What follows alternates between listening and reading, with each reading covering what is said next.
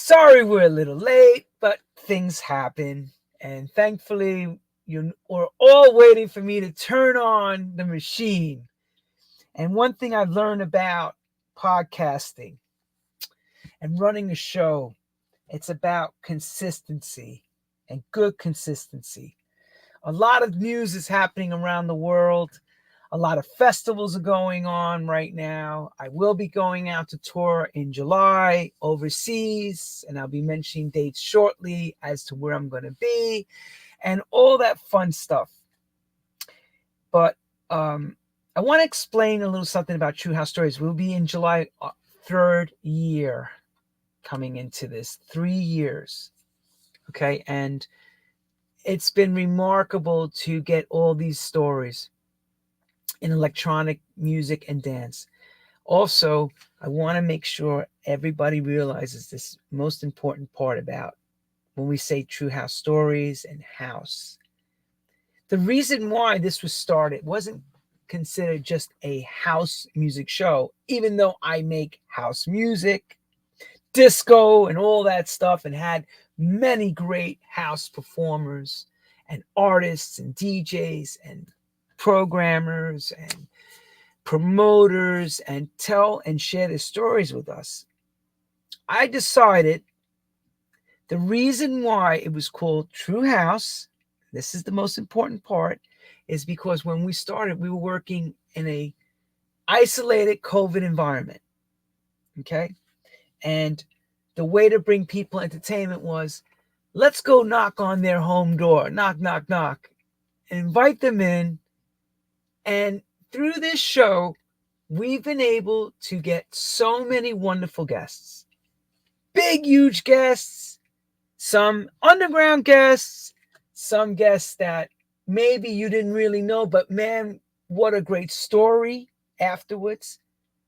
Record label owners like Tom Silverman from Tommy Boy Records. How incredible was that? If you never saw that story, go back and look. Tom Silverman with hip hop, dance, disco. Okay.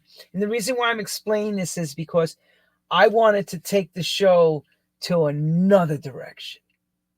You hear me? I wanted to let you all meet someone that we revere as a major force and a power in this game. Okay, so here we go. Welcome to True House Stories. I am Lenny Fontana coming out of New York City. And this week, we take our lens overseas to the UK, to a place in the 80s and 90s had the golden era of dance and all kinds of dance music. A lot of things happened.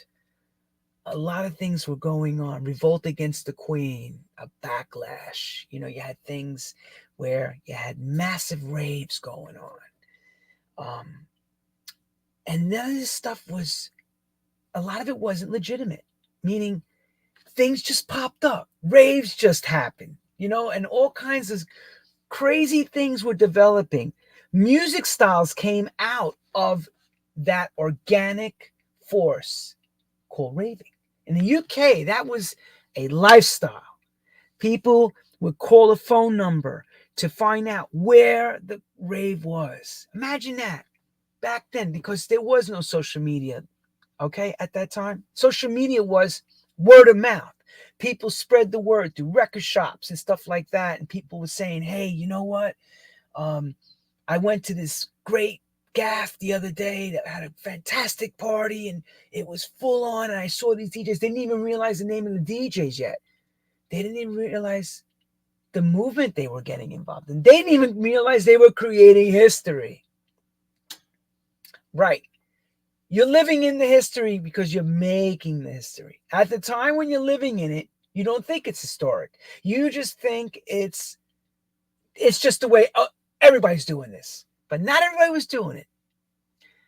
One man changes this game totally, and by an unfortunate accident of breaking his leg. And in the late 80s, around 89. And because of that, forces him to learn, to produce, with a computer, an Atari computer that we all used back in the day. I had one too, a 1040 STE. Some guys use Cubase on there. Some guys use a program called, and I know this, Master Tracks Pro, because I produced a crap load of records with that myself. So a lot of us were using that archaic computer, but for what it was the poor man's rich way of producing music. And some of us would borrow gear from others to bring things together. And with this gentleman I'm getting ready to bring up, you're going to meet in a second, not only did he learn because of the unfortunate accident on the island of Ibiza, as I say it correctly, Ibiza, he changed and created a movement. You hear me? A movement that stuck and became commercially viable. And this is called jungle. With no further ado, enough of my nonsense and talking all this, I'm bringing up the man himself, Paul Ibiza. Yes, sir. Thank you for having me. Yeah, thank you for having me. Thank you for having me, sir. He's got a soulful house brother, younger brother, who sings Brian Chambers. Look that up too. So this is a musical family right here. That's right. And I got an older brother. You might know him, called Top Buzz, Jason Top Buzz Mad P. Yeah. Yeah. So you know, that's my older brother now. Lord, so that's what I'm talking about. That's what I'm talking about. That's right. So first of all, where did we catch you? You in Ibiza or in the UK at the moment? Right now. I'm at my place in London, North London. Near the famous Arsenal. It's next door to Arsenal, down the road, literally down the road from Arsenal. How did you feel about West Ham winning? You know what? Being a Londoner and London Olympics is not far from where I am as well. It's like it's all good. It's a London thing, so it's all good. Good. It's all good. I've seen all the English compadres screaming, "Hey, we finally won something!" So yeah, we're gonna scream about. Yeah, we finally won something. Yeah. So Manchester City won the triple. You know, they're up north. They're way away. They're far away from us. Yep. And I'll tell you, it's wonderful to have something, especially when you support a club like that for so many years, and it's blood, sweat, and tears to see your club. See, I'm a Yankee fan in New York, so Yankees are known for winning championships. But yeah, right. Gotcha. It's like the Liverpool, like those big teams. Yeah. Well, our owner, owns Rams. I think Rams, one of the American football team called Rams. Rams, right? Yeah, and also I heard that we won some basketball tournament as well. I forgot the name of the team that our manager owns, the Conkeys. I don't know who they own, but yeah, I heard that we won some. But so yeah, we got a good manager, a good owner. Somebody already answered. The Nuggets. Yeah, definitely.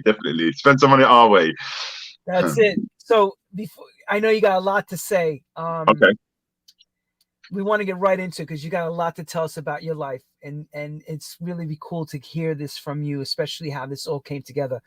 How does music find you as a younger, before this whole thing happened with the jungle scene and that stuff, in the younger days? Well, being come from a West Indian background, and my father, who come from Jamaica, and we had a small community in Tottenham and Finsbury Park at the time.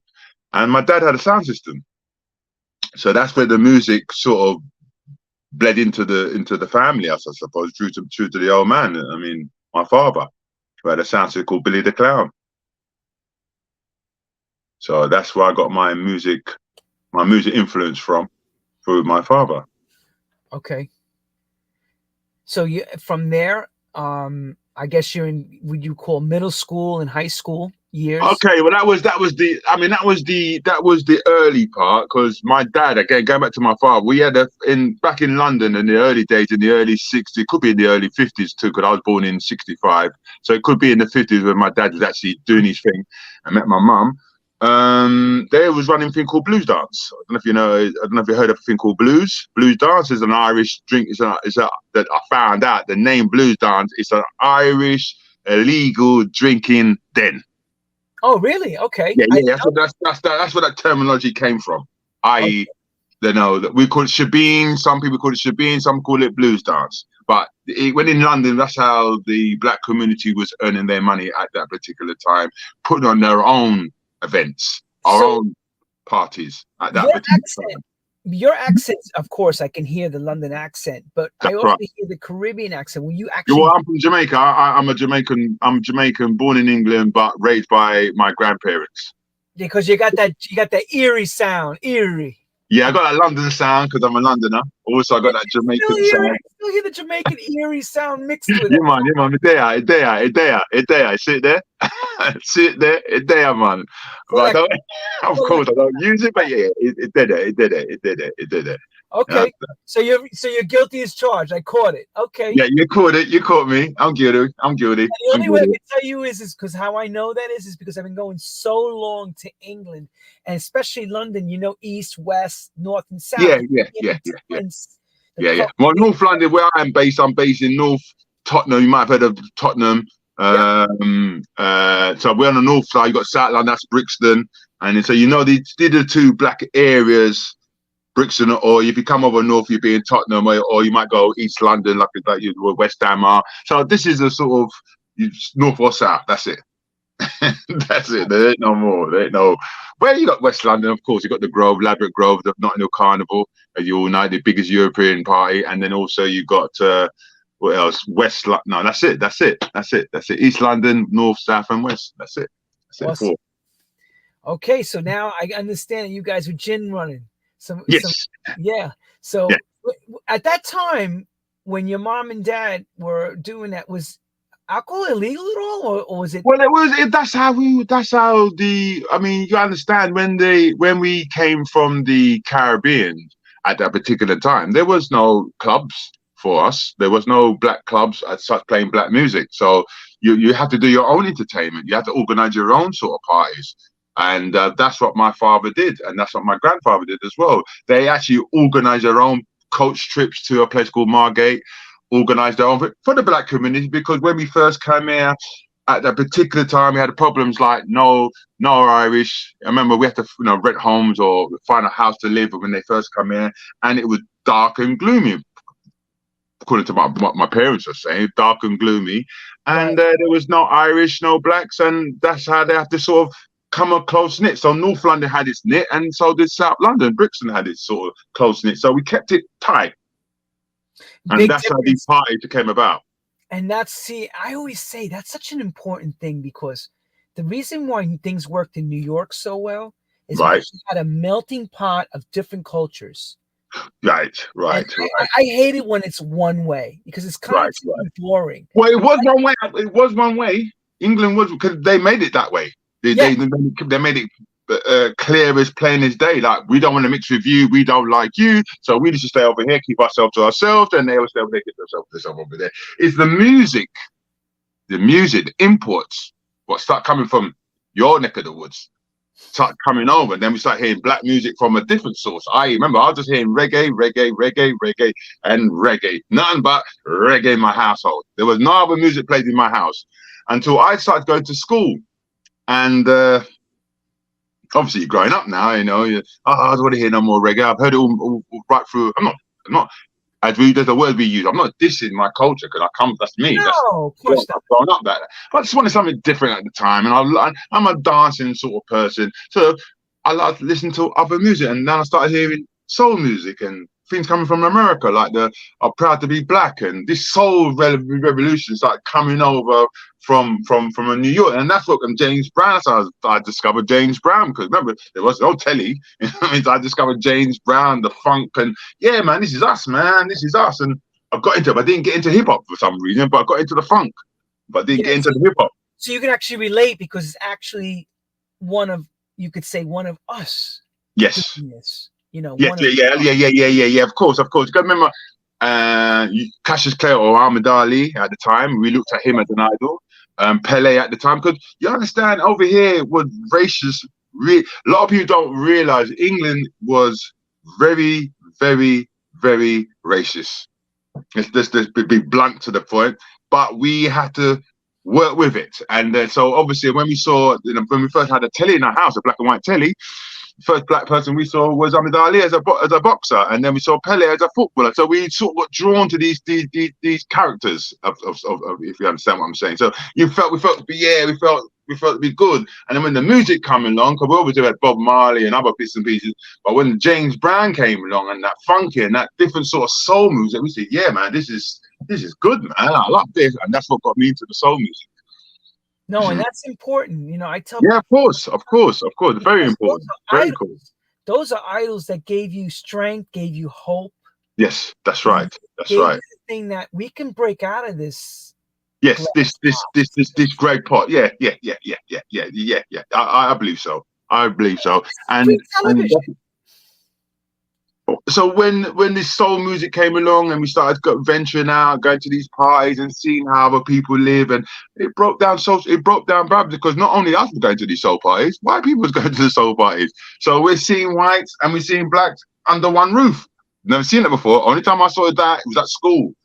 You only see that at school, but at school you still go back to your black community. You don't go to a white. You go back to the black. You go to school, then go back to your black community. Go to school, go back to your black community. That was happening. So that was going to be my next question. That was the next question. At that time, was it allowed for people to assemble under one roof that way?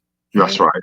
Were they allowed to do that, black and white, or was there like here in the South, and that same time when you mentioned Cassius Clay, you had the thing called the Chitlin Circuit. That's right. I heard about that. Yes, that's right. So that meant those are black establishments for black people. Then they had white clubs. Yeah. They didn't have intermingling. And if no.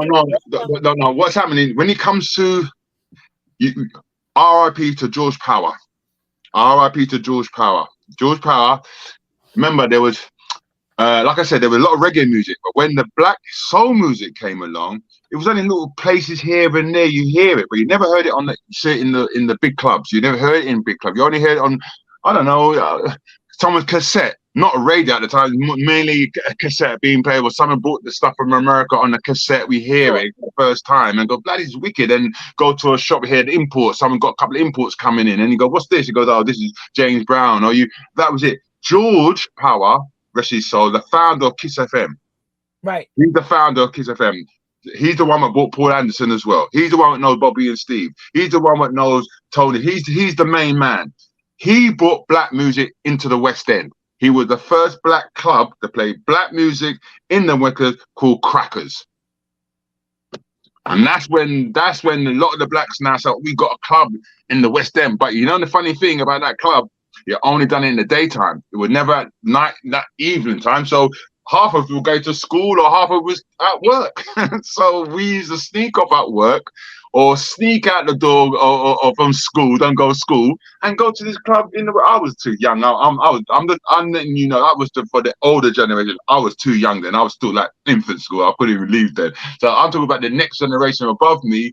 They went to that school, Crackers 100 Club down in Oxford Circuit. It's a big bit like I would say like your Manhattan. It's like us going to the West End in the uptown sort of thing, and Times Square. Like Times Square. Like Times Square, but like that's right, like Times Square. And it's like going into the West End, have a black club in the West End playing black music, wasn't heard of.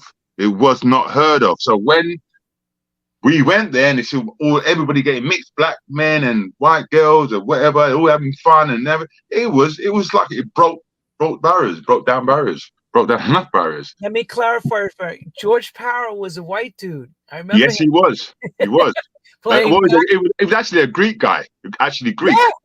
Yeah, he was a Greek guy, and he lived, and he was into black music. That's all he played, black music. From New York he brought the soul, he brought the whole, and then he started running clubs. After that, he had a thing called Electric Ballroom down in Camden. Yeah, and then he formed. After that, he set up Kiss FM, playing Kiss FM. Playing black music, and then he discovered Paul Anderson and Bobby and Steve as well. The whole. That's why Kiss FM is powerful. That he sold Kiss FM to a guy called Gordon Mack, and Gordon Mack sold Kiss as he wear today, and then he's running My Soul, and Yeah, that's the history of Kiss FM. Right. That's the first black radio station in North London playing black music before the reggae. I mean, a lot of the reggae stations were there as well, i.e. at RJR. Still got some of the like Fat Man International. He had a station playing black music on the radio station. There was a lot of pirate radio stations, but they were like playing reggae, only reggae. But this one actually was playing soul and funk, and it was completely different. And those pirate stations only had certain amount of streets, like the strength of the bandwidth. Yeah, and the also, power. See, they had to keep it under like the most they will probably get 150 watt to 250. If you go any more power than that, then we've got a thing called DTI. They'll come and shut you down because you're getting too big. You're broadcasting, so over a 50-mile radius or 100-mile radius. You know, you're going too far. You're becoming like the big boys. They're not paying no money for it. So they said, no, we don't mind you keeping the 50-mile radius as a community radio, but anyhow you go any further than that, we class you as something else. So that's right. George kept it in the London area, a community thing, and yeah, it worked out fine. So let me just say this though to everyone listening. Okay. Imagine that, guys. All of us American DJs are coming over, being invited to do these guest radio shows at someone's gaff, right? And it's a pirate station, girls. The pirate station, that's right. Right. And you would ask the question, well, where's the area? Well, that's at another location. Yeah. That's on a tower block far away. You got a link box. Right. And you got the link box where we are in the studio, but the area itself is way over there. Is something another 2-5 miles away. Just in case BPI comes to nick it, and that happens a lot. That happens. Or the gangs or the other rivals who actually they ain't got no money. They want to get an aerial or a rig. They nick your rig. That's why we have to hide it down the lift shafts and bolt them in flats. That's another story on its own. Talking about the fight radios, it's another story on its own.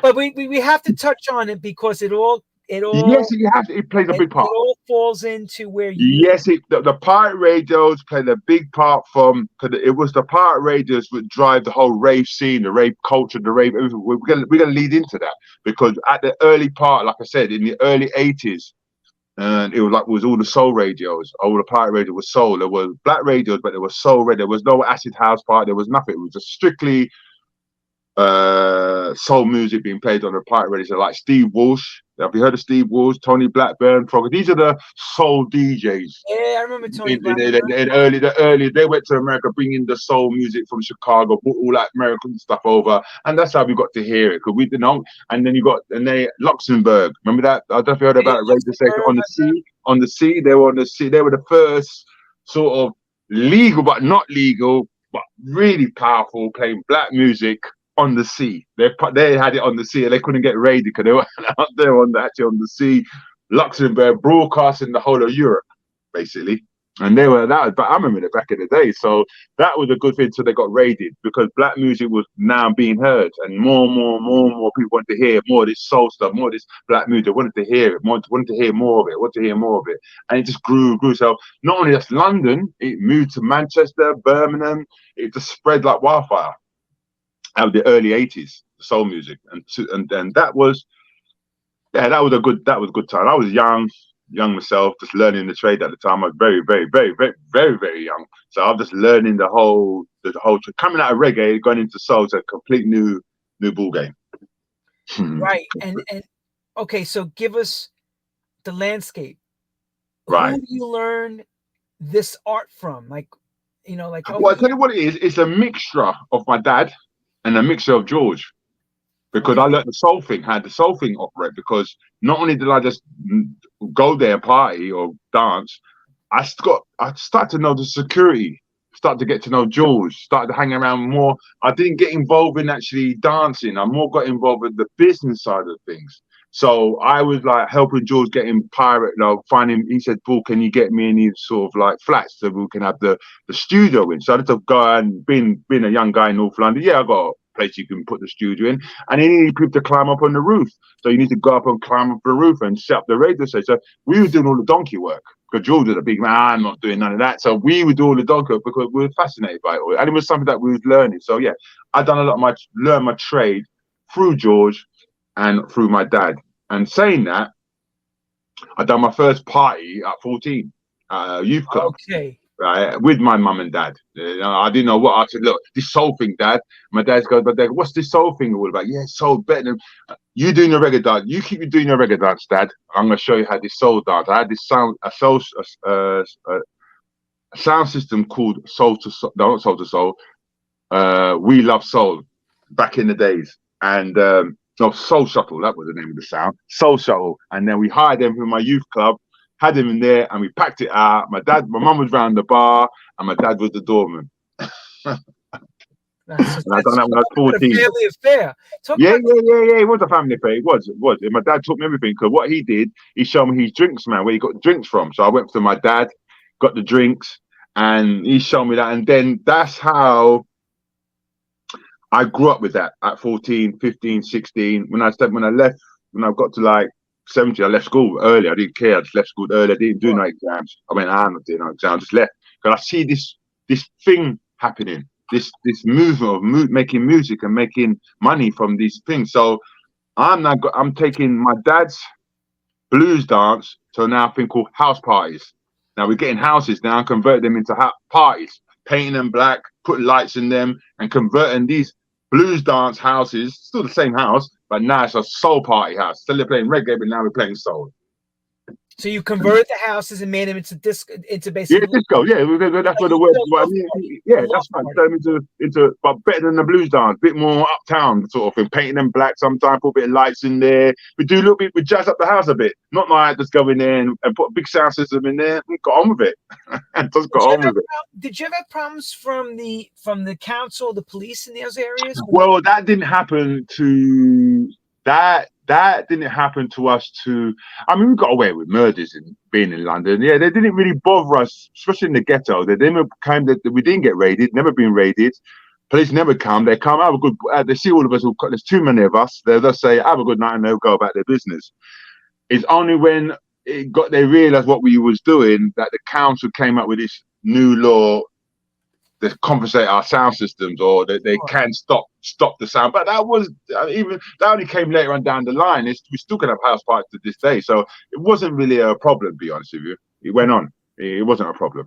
Later on down, it became a problem, but them times it wasn't a problem because they didn't know what was going on. They thought it was a private party, and they just leave it alone and got on with it. So they didn't bother us. It never bothered us at all. Because there was no fighting and stuff like that. No, it was no peace and love. All peace, all love. No fighting, no, it's cracking on. So, that's what I was saying to you earlier on. It was like you're seeing the black and white. So when the police came, they saw black and white. They've never seen it before. They didn't trouble it because they didn't know what it was. So they thought, you know what? I see white people there, I see black people there. I leave it, and they went about their business. Didn't bother us. Good. That's the way it should be. That went right through the 80s. No problems through the 80s. Okay. So you're going through the 80s and you become. I'm learning my trade. And then what happened was, the riot happened. We've got to touch a little bit on the riot, and then the riot happened in 1986, and that's part of my family. I mean, Mrs. Jarrett's my stepmom, so I'm part of it. I'm part of the history of the riot. I don't like talking about it, but I have to talk about it because that's part of it. So when the riot happened in 1965, with the police killed my stepmom, and the whole they actually locked the whole city down. Same like they locked the area down. The police locked the area down. We couldn't move. The blacks couldn't move. Nobody could move. It was very hard to move around. They had the whole place was on a lockdown, and we needed to escape, man. I mean, we needed to get out of this Tottenham because it was on a lockdown, and we started to sneak out, man. It started in 1980, because the riot happened in 86. We had the lockdown right up to 87, and somehow we found some club in 1988 down in Charing Cross Road, some little dingy little club, playing a little bit of some music we've never heard in our lives called Acid House, and we're in there hearing it's like an escape. Getting away from Tottenham and getting away from all that, it's like, this is an escape, and that's how I discovered acid house music. Paul, but when you say you guys were locked down, was it? Can you categorize it? Here in America we have this thing called martial law. Yeah, same thing. But they don't say nothing in the newspapers or the papers. Yes, but in the community itself, we felt the pinch, i.e., everything couldn't move. Drugs, rock and roll, nothing could move. It was on a completely locked. We couldn't move. Like everybody around me, people around me that I knew were getting nicked. We getting arrested. The word we use, we say nick, but terminology, they were getting arrested. Everybody around us, young, were getting arrested. Oh, John just got arrested, or Peter just got arrested. Everybody was just getting being black. If you're black, their father goes, "So you was in the riot, so you're getting nicked." So that was happening to all of us in Tottenham. On what grounds were they arresting you? They believe that we was in the riot. If you're in Tottenham, you must have been in the riot. Oh, so they just said, "Hey, wait a minute, you must have been there. You're under arrest." Yeah, that's right. That's how it was. Every door's every. How long did this go on for? This went on for about a year, 2 years. Oh, so basically, okay, so the riot happened in 1986, 85, 86, yeah. Then they did reconnaissance, going around. Yeah, after, yes. And everybody after that year, that just went on for about 2 years. So everything was on a lockdown. You couldn't move. Remember, the black community couldn't move. It was like tight. We couldn't move. So we've got to find a way out. So man was like, well, I found a way out. And there was no blues dance. There was nothing. They locked down everything. So you had no more. Okay, now I understand. Now I'm trying to paint. I understand the picture now. So if you even put a party on in that area, clamped. Shut down. Clamped, right? Shut down. Now you lot are not having nothing. Wait. They bring that truck. We used to call it. What the hell is that truck? Where they put everybody inside. The bricks. Boy, we call it meat wagon over here. Yeah, the meat wagon, right? So you load everybody. A meat wagon over here back then. The meat wagon's coming. Everybody got into the meat wagon. Yo, 2 streets away, the meat wagon. The meat wagon. Okay, so now I understand. I need to understand. Okay, so now I see what you're saying. How you escaped Tottenham. So where did you go for this acid house thing? This first acid house music was in a place down in like Charing Cross. I remember the club called they call it the Trip. They call it the Trip, but it was really the acid house down in what's the place? Heavens. Charing Cross in Heaven. Then okay. Yeah, they're down in Embankment. It's still there to this day. Down in Embankment. Call it a little club called in Spectrum. It wasn't big, a small little tiny little thing. Playing some acid. That was it. That was the first that started to leak out. People saying, "Yeah, but this new club, this acid thing, and it happened to be down in the West End. And then I'm gonna give you a story. We had a local club called the Cotton. So we done at our local club in Cotton, and there's a young guy called Duffy. I'll never forget him. Bless him. And he came into the club, but he was dancing completely different. Like most people would dance. You got a normal way of dancing, but he came in dancing. White dude, by the way, he was a white dude, and he came dancing, waving his hands, dancing different. I said, "Big man, I said to him, what are you on? Are you on drugs or something? Because the way you're behaving, you must be on something." You go. That's when he said, "Ecstasy has now landed."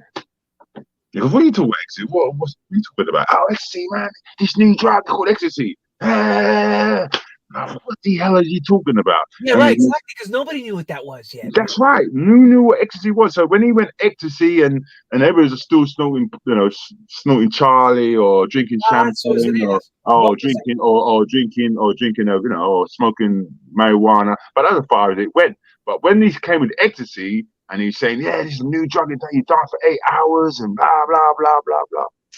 And I said to myself, "Bloody hell, it must be better than this." So, he goes, "Yeah, where do you go with?" So we started talking about it. And suddenly someone said, "The thing in the West End called the Trip. Go there. It's kicking off in this place called the Trip." So I decided to go there by myself. That's how I want to get out. I need to get away from North London. So I went to the Trip and I never turned back. Acid. That's when I first heard acid. How Pete Tong was playing. Them sort of DJs were playing. Pete Tong, Nicky Holloway, all the big boy DJs that you might know in the house scene. They were actually playing this acid house music. Acid, and people dancing a different way, and same way I saw. When I saw Duffy came into the club at the Cotton Club, the same way I see at the club Trip, they were dancing in a different way and shouting at acid. And to be honest, the DJs were gods. Not back there, the DJs weren't God. They were the entertainer. But these DJs, the punters look at them as God. They were praising them. That's it. It was like, what the hell is this? I went for a trip about a year. Didn't tell nobody. Just kept on going. Kept on going, following what was going on. And then I got into it. Then I started taking the ease. And I got into it. Then I started partying for a whole year with them. And I was on the road. I was doing this. I was doing that. It was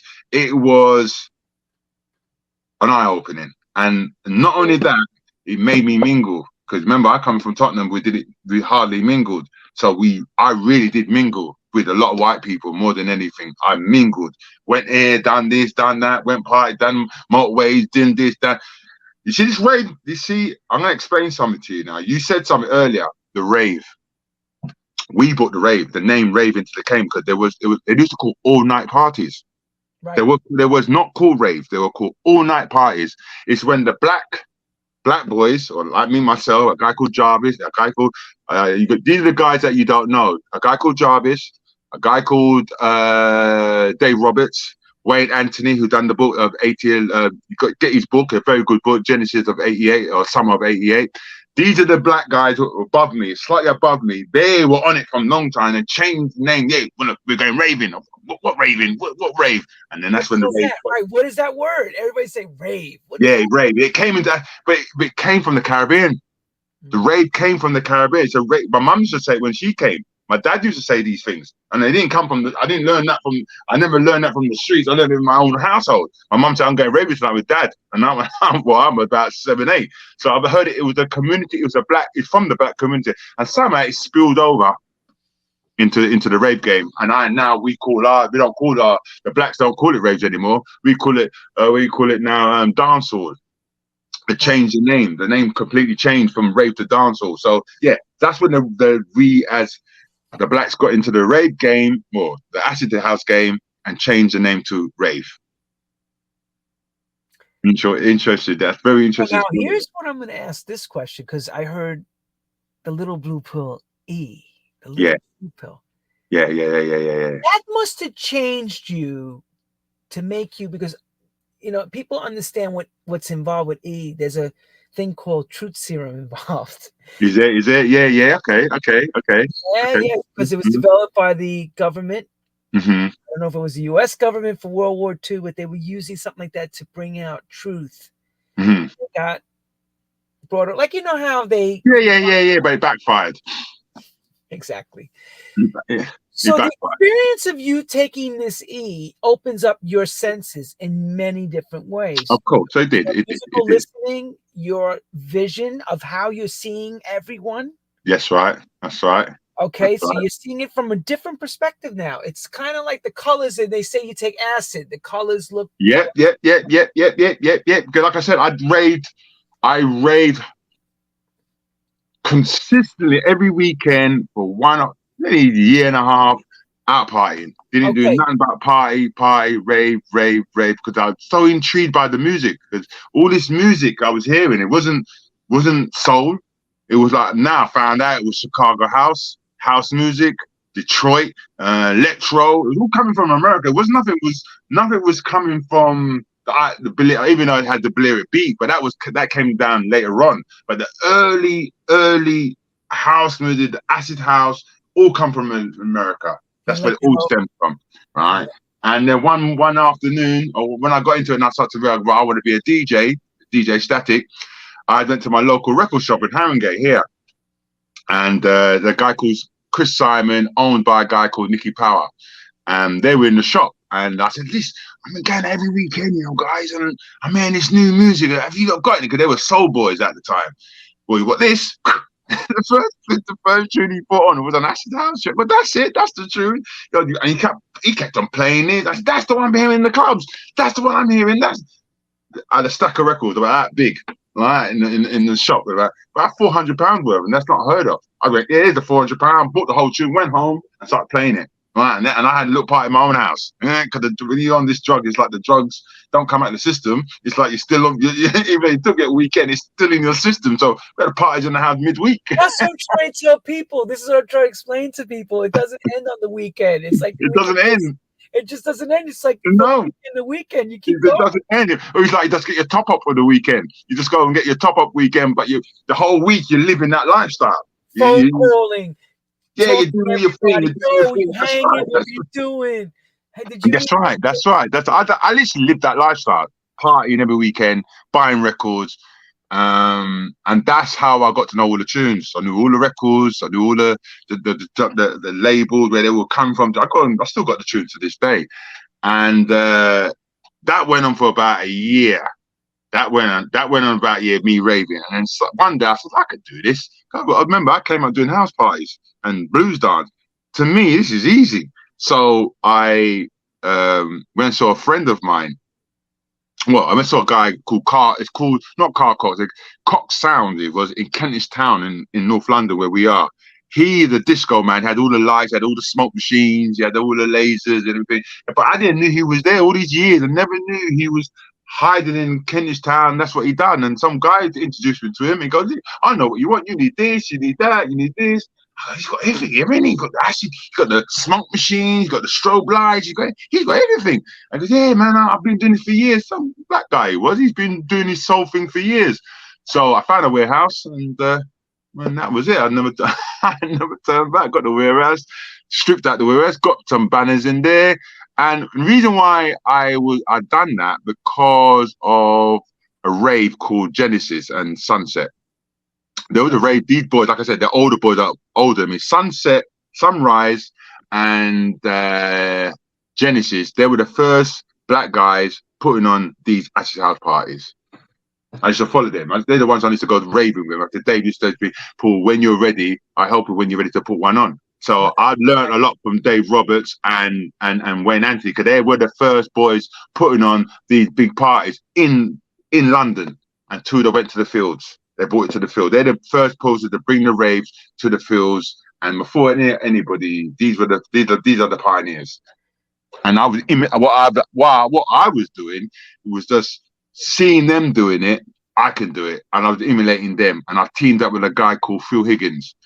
He runs a rave called 2000 AD, and he's a white dude from Tottenham. Funny enough, and I'm from Tottenham. Well, my family's from Tottenham, but I live in a place called Hornsey, just around the back. About 2 miles away from Tottenham, but people believe that I'm a Tottenhamite, but I weren't. I moved away. I live with my grandparents, so we lived a little bit 2 miles away from Tottenham. Come back. Sorry about that. Yeah. So we set up our home, and that's how I got to know Phil Higgins, and that's how we sort of done our own parties, and that's how we grew. So there's some footage of Paul Trouble playing around that time. That's right. Some famous footage I've seen. Is that the guys that were behind that whole big? Well, Paul Trouble Anderson used to work for me. We named him Trouble Paul Anderson because when we were doing all the house parties, and I was using a reggae sound system back in the days, he used to come late sometimes. Sometimes because he was on the DJ playing that soul music. So I said, "You're not about Trouble." And that name stuck with him ever since. Full Trouble Anderson, rest his soul. Because me and him I was the only one put on them parties for him in North London. It was me and him. It was me and Paul. Because there's some of that famous footage I saw where it was a big open warehouse, like around 87, 88, around that time. That's right. That's Paul Anderson. And then what happened after that? Because Paul Anderson was a dancer. He was a dancer. He wasn't no DJ then. I don't know him as a DJ. I know he was a dancer, and we used to roller skate. Me and him used to roller skate, and he was George's friend. So we used to go electric ballroom, go roller skating in the 80s, and roller skate back to Arthur. And that's how I got to know Paul Anderson. He's from Wood Green, from where I hang out. So I knew him like that. So when he became a DJ now and done all the house parties, next minute I see him on Sunrise doing big raves. He's on Sunrise getting £600 an hour. For 1 hour, wait, he played for Sunrise. I go, God. So he was a super DJ back then. He became the first super DJ.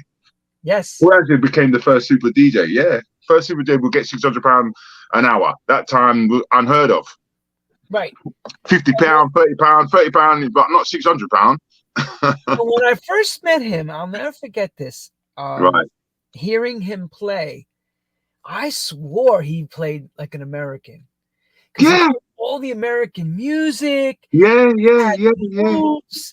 He yeah, even he danced. He yeah, had yeah, yeah, yeah, yeah, style. He yeah, danced. I yeah. was, Paul Anderson was the man. He was the man at the time, and Paul Anderson was a good DJ, good dancer, and all the girls loved him. yes, yes. He All had the girls that loved look. him. Yeah, he had the best looking girls on his arm all the time. And Paul was a very nice guy. I'm proud to say I was his friend. R.I.P. to Paul Anderson, because we done a lot together, and a lot of people don't know this story. There's only a few people know this story, that when it became the soul party, it was just me and him, and the old boy, this old reggae sound system guy had the old sound system. And he just come and set up and put us to play, and I had to ram these houses, all around North London. And a guy called Tony Palmer, R.I.P. to Tony Palmer, who used to be my doorman. He used to be the big guys, put him on the door, and here you go. And that's how I learnt my trade. That's how people understand. I've been in this game as a promoter, as you say, from my age of 14. So me going into the soul parties, and then when the acids come along, it wasn't hard for me to change. So I changed. Proper grafter. He Yeah, did yeah, grafting. right. Yeah, my early age. Yeah, early grade. And right through, like right up to 89. And that's how, so I'm doing all this fantastic, I set up the record, Fantastic Ibiza. That's how it all came about. One night, what happened was, I had a warehouse in Stoke Newington, and my first party, and the sound system blew up. It just blew up. Boom, they went up, about 500 people there. It wasn't that big, wasn't busy. It was 500 for my first one. And the app blew up. And we're all buzzing out of and we're buzzing, taking these E's, and we're all talking rubbish. And one guy come up to me and goes, "Look, man, why don't you just call it Ibiza, Paul, man? Because at the end of the day, we can't use that name anymore." I said, that's a good idea. Because at that time, everybody was flying out to Ibiza. Because everyone, go to Ibiza. That's what's happening. Go to Ibiza. So everyone's talking about Ibiza. I said, I want to call myself London, Fantastic Ibiza, London. Because now we could emulate we can't see the island. We're not there, we're here. So we just emulate what the island looks like. So I just dressed the building with sunflowers and emulate Fantastic Ibiza, and I never turned back. And that went on for about 1 year. About a whole year I done a rave every weekend. Ibiza every weekend. And how that happened was Genesis was down the road in Tottenham. And what was happening there, they got took over by Gangsters. The Gangsters, right, okay. Hang on. Is this the firm? This is the firm. Okay, so explain which Gangsters we're talking about. Are we talking East London? Which Gangsters is this? Which families? I'm not going to pinpoint any names. I'm not going to call any names. Because the Gangsters are still about. No, because I'll tell you why. I asked Mr. C the same question. Right. Because he had the same problem with his situation. Yeah, they all did. Everybody did. The firms. Everybody did. Collections. Well, put it this way. They're from West Ham. I'm not going to mention no name. No, they're from West Ham. I'm not going to mention they're still about. They're still operating. They're still doing their thing. But they're from West. They're part of the West Ham firm. All right. That's what I'm going to say to you. Yeah. So yeah. The Gangsters involved. But for someone that's watching this that never lived this lifestyle, when you say West Ham firm comes to you, what exactly changes now for you? What do you have to do to keep yourself going and keep your party going? You have to be. You see, I come from Tottenham. What happened was this, right? You had firms. Even though I'm from Tottenham, I'm from the black community, but I was also hanging out with a guy called Phil Higgins, who's the Tottenham firm. He's part of the firm. He's the Tottenham Heights, right? The white dude, but he's part of the football firm. So you had him as part of the football firm. I was a well-known in Tottenham as in the black community. So I've got a bit of clout. We joined forces. So me and him, by joining forces, we kept them at bay. They we can't up with them North London boys, because he's part of the Jarrett family, and he got Phil from 2000 AD from the Tottenham gang. So they didn't want to they didn't really muck around with it. So we didn't have that problem. But anybody else had that problem, yeah, the rave got shut down, and you know, they kidnapped Wayne, who had Genesis. They took his rave. They actually took his rave. Well, that's the And next question I was going to ask you. Did they want their security involved in your place? yes, yeah, they wanted what they did. What the word was, there's a bunch of kids running around in East London making 60 bags, and over 60 grand, 80 grand a night. That's by That's a lot. selling drink. And I'm like, there was no alcohol being sold. Right. Back then. No alcohol. So just Ribena or water and the Smarties. That was it. That was it. And you're making 60 grand by selling water. Come on. Come on. What's going on here? So they go, it's better than robbing a bank. So here's what they say. Yeah. We want in. We want in. So who are the boys running it?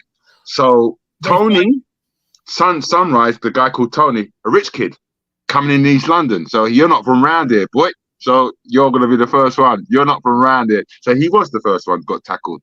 And then what he had to do, he had to join a firm. He joined Dave Roberts' firm from North London. That's how he said, well, I want a piece of it. If you want to join forces, then I want to do something. So he done a thing called Back to the Future. Right. So what I'm trying to say to you is they joined forces with Genesis and Sunrise. They all joined forces. So there's a little clique of them now. So the gangsters couldn't really trouble them. They couldn't trouble them because it's a firm. But the firm, how can I explain? The firm got heavy on them a bit more. They were squeezing the youth. Because we're kids. Remember, we're kids. These are bigger men. So they squeeze a bit more. These are a bunch of kids, man. They're squeezing. They ain't that tough. So they squeeze a bit more. So it made Tony and Dave Roberts move it to the fields. That's where the rave went to the fields. So if you're making 60,000, mm-hmm. and let's just round one it up. night. Let's just say you're making 60,000. How much does the firm have to get to keep all of it? All of it. They take all of it. They take all of it. We're kids. As far as they're concerned, we're kids. Wait a minute. Yeah, you're kids. We don't care. As far as they're concerned, we are kids. And you are making 60 grand, and you ain't no bad man or at that time. You ain't got no guns. You got nothing. You're just a bunch of kids with smiley faces, bright colored clothes. We don't care. We're taking and all you're doing is drinking water. Go run to your mummy and cry. We're taking the 60 grand. They took it, and that's what was happening. Yeah, or you get kidnapped. That's another thing happened. See, I want to hear about that. Okay, so go ahead. So you got people. Look, they were getting kidnapped. Again, go back to Sunrise. Dave Roberts' cousin got kidnapped. They kidnapped him and wanted a ransom. If you don't pay up, there's no party. so that's to pay up. That's to pay up. Okay. Why do the parties then? Because there was nothing else to do. At that time, the party was so good. There was nothing else to do. We can't make these gangster little firm of gangsters spoil the fun. So it might be like I said, they got Tony. They didn't got John. John's still running his party around the corner. He was all right. So we go to John's party. The gangsters know you, but they don't know John. So we would go to John's party. So that's what was happening. And how Tony and Tony joined Dave Roberts. Dave Roberts said, look, move the whole operation into the fields. And that's why you got raves in the fields. Because the whole operation away from crunching on you guys like the mafia does here in America. Yeah. Crunching down on you for everything. That's right. They weren't. And what happened was they went. Pardon? They weren't partners with you. They took everything. They took everything. So I knew what was going on. So what I did, because the gangsters were more onto Wayne and Sunrise and Tony Cassia. They were more onto them. They weren't onto me. They didn't know me. So I had a little warehouse parked off. I would go, and what happened was the police got involved. Now the police found out that these parties were illegal because, all right, you get a warehouse. The police even didn't know. The police at the time didn't know what was going on. So you can tell the police anything, as long as you got paperwork. Oh, I got paperwork. I own the building. There's my paper. There's my lease. There's my contract. And the police will go, okay, have a good time, and then you should drive off. That's what they have. That you just have, as long as you got some form of paperwork, They didn't care if you have a big warehouse. Have a good time, boys. And then there's a drive off. They didn't really care. It's only when they realized they were getting mugged. They were getting mugged off because they realized these paperwork we were showing them were fake. Yeah, yeah. So when they found out these paperwork was fake, they weren't having none of it no more. They used to come.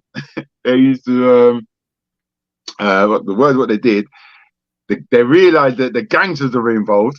So they would just shut down all the Gangsters record. They think it's owned by gangsters, not by young kids. They think, oh, these gangsters are putting on these parties.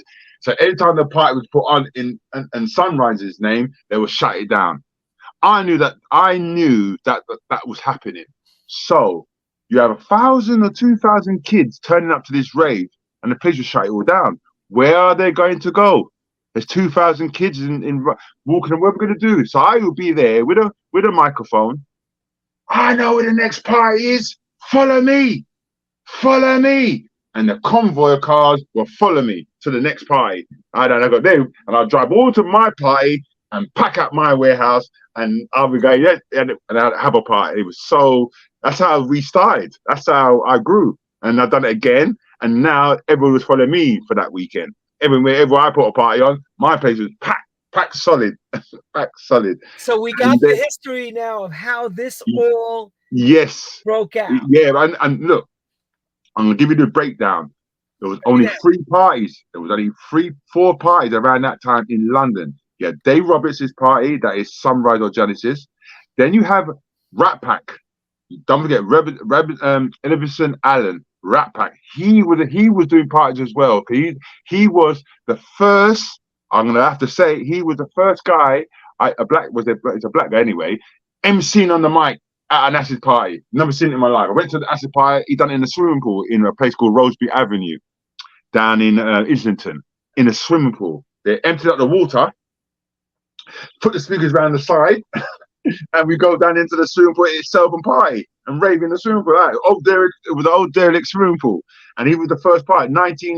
The early '89. We're talking about early '88 going into early '89. That was the first one before I started doing my parties. So he was doing them first as well. But he was doing them around Shaftesbury Avenue, Islington. I'm still from North London. I said, I'm going to do my party in North London. So I grew. He became my rival, to be honest.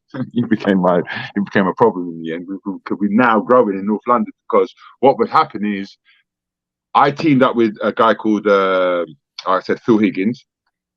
And then he got nicked. He went to prison. He had a court case hanging over his head. And he ended up, he's a gangster, bad boy. He's a bad boy. What guy? The bad guy. So he had a court case hanging over his head. He goes, oh, Paul, man, you got to take over. I'm going to show what happened. I'm going to tell you what happened. With his big warehouse in 1989, Goodsway, King's Cross. The warehouse was too big. It's like, I don't know, it could hold about 10,000 people. It was a big warehouse. We couldn't fill it. I said, we can't fill this warehouse. And we've got this and we hire this warehouse from another gangster. the gangster, I mean, these gangsters own these places. So there's another gangster called R.I.P. to Gilbert Winters. R.I.P. to Gilbert. Another guy called Gilbert Winters. He's passed away now. Well, we don't know where he is. We're missing. But anyway, he had the warehouse. He was another gangster. He goes, I like your street, young boys. Do your party. So, okay, no problem. But Phil Higgins never told me that he had a court case hanging over his head. So when we done the party now, he had to go court on a Monday. So he went court on Monday, went down for 9 months. So this party is all left in my hands. I go, what am I going to do? I can't run the door, the this, the that. So I had to make up my mind. I had to make a conscious decision. Do I DJ static, or I run these parties? And I thought I made a conscious decision. I said I better run these parties, and I ended up running Fantastic Ibiza and Phil Higgins' party and his brand as well. So I was running his brand and my brand at the same time in King's Cross, and I had to organise the security. I got to organise the drinks. I got to organise the rig. I got to organise the warehouse. I got to see Phil Higgins. I got to feel Gilbert Winters to pay me his rent. I had to do everything on one man on my own. This is one man I had to learn all these things. But like I said earlier, because I done the soul parties, I didn't find it hard. I found it quite interesting and different from what I was doing earlier. But it was exactly the same thing because I was still seeing my same drinks, man. I was still going to see my father's drinks, man, bringing the drinks to his warehouse. Still, I learned a lot.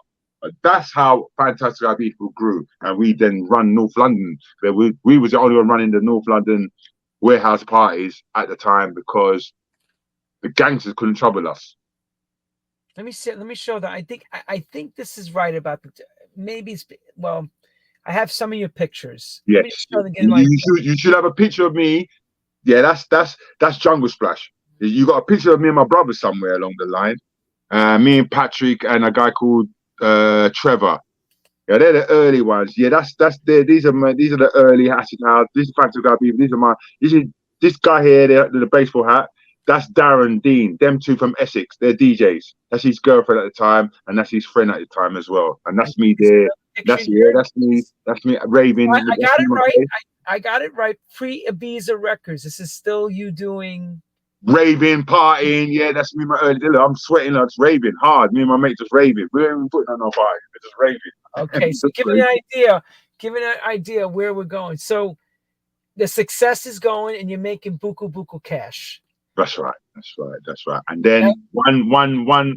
Right, the warehouse thing is running perfectly.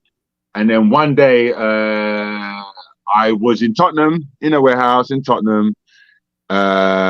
Police got raided. He got raided. So now the police are onto me now. Then remember I told you the police were onto the gangsters.